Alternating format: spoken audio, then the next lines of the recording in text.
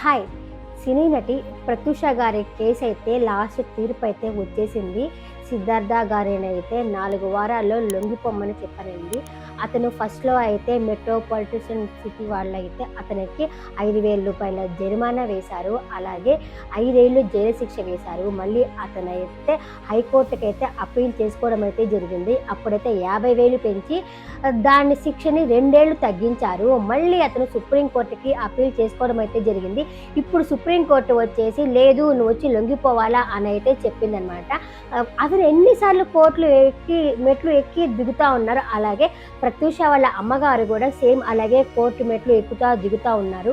కానీ ఇప్పటికీ కూడా ఆమెకైతే ఎలాంటి న్యాయం అయితే జరగలేదు. మా పాప బతికుంటే ఒక మంచి పొజిషన్‌లో ఉండేది కదా అంటుంది. అతనికి జీవితాంతం జైలు శిక్ష పడుండాల్సింది. అట్లాంటిది అతనేమో హ్యాపీగా బయట తిరుగుతున్నాడు.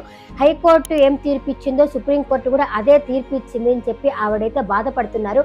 డబ్బున్న వాళ్ళకే ముందు బాగా చూసుకుంటున్నారు. డబ్బు లేని వాళ్ళని ఏమీ పట్టించుకోవట్లేదు.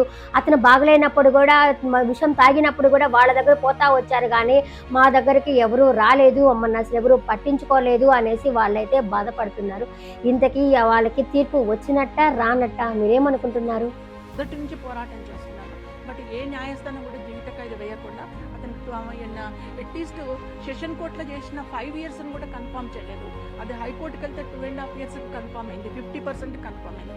దాన్ని మళ్ళీ నేను సుప్రీంకోర్టులో 2011లో వేసుకుంటే నాది 14 సంవత్సరాల పోరాటం అండి సుప్రీంకోర్టులో. అయినా కూడా సుప్రీంకోర్టు మీద నాకు ఆశ ఉంది. ఏంటంటే దాన్ని ఇచ్చిన పనిష్మెంట్ని రైజ్ చేస్తారు అనేది ఒక ఆశ ఉండే. ఆశ మీద నీళ్లు చల్లినట్టు అయిపోయింది నాకు. నా హైకోర్టు జడ్జిమెంట్ని మళ్ళీ కన్ఫర్మ్ చేశారు. బట్ దాన్ని రెస్పెక్ట్ ఇచ్చుకుంటూనే నాకు సంపూర్ణమైన న్యాయం జరగలేదు. నా బిడ్డకు ఆత్మశాంతి కలగదు.